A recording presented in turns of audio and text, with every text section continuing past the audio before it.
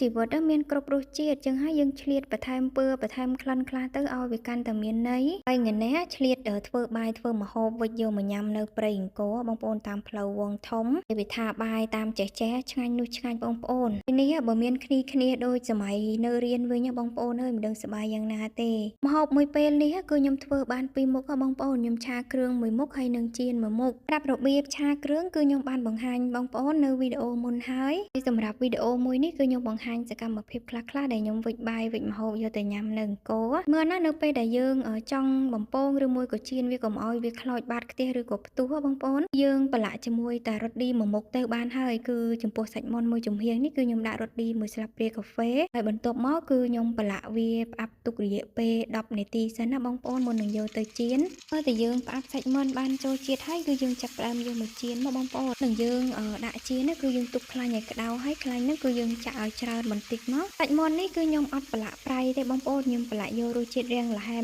មកដោយសារតែយកទៅញ៉ាំជាមួយនឹងទឹកជ្រលក់ម្ទេសទៀតតែខ្ញុំដាក់ចៀនសាច់មាន់ហើយគឺខ្ញុំងាកមកដួសបាយវិចដាក់ប្រអប់ដាក់អីបងប្អូនយើងរៀបចំទុកដាក់វាហើយទៅមើលតែសាច់មាន់យើងឆ្អិនហើយយើងស្រង់ចេញមកហើយសម្រោះវាឲ្យស្រស់ខ្លាញ់សិនណាយើងវិចបាយវិចអីយកទៅញ៉ាំនៅព្រៃឬក៏វាលស្រែអីបងប្អូនបានតែធ្វើម្ហូបក្រៀមក្រោះអញ្ចឹងទេបានឆ្ងាញ់ហើយម្ហូបពីរមុខដែលខ្ញុំធ្វើនេះគឺមិនមែនញ៉ាំមួយពេលអស់ទេគឺទុកញ៉ាំរហូតដល់ល្ងាចដែរបងប្អូនតែយើងទៅអង្គុយលេងគឺយើងទៅពីថ្ងៃត្រង់រហូតដល់ល្ងាចអញ្ចឹងទៅគឺយើងដាក់ទៅរៀងច្រើនតិចទៅពេលណាយើងឃ្លានយើងយកញ៉ាំតែម្ដងបើកាលណាយើងមានជាមួយនឹងមាន់អាំងមាន់ចៀនឬមួយក៏ត្រីអាំងអីជាដើមអញ្ចឹងបងប្អូនកុំចោលឲ្យសោះជាមួយនឹងទឹកជ្រលក់ម្ទេសឬមួយក៏ជ្រក់ម្ទេសនេះបងប្អូនញ៉ាំទៅគឺត្រូវខ្នួចគ្នាណានិយាយវាថាទឹកជ្រលក់មួយមុខនេះគឺខ្ញុំចូលចិត្តញ៉ាំណាដោយសារតែវាឆ្ងាញ់ហើយខ្ញុំធ្វើទុកវាច្រើនអញ្ចឹងបងប្អូនហើយពីរួចរាល់អស់ហើយគឺយើងចាប់ផ្ដើមចេញដំណើរទៅបងប្អូនអានេះគឺផ្លូវវងធំវាថាទេសភាពឡើងស្អាតហ្មងបងប្អូនមើលទៅដើមឈើ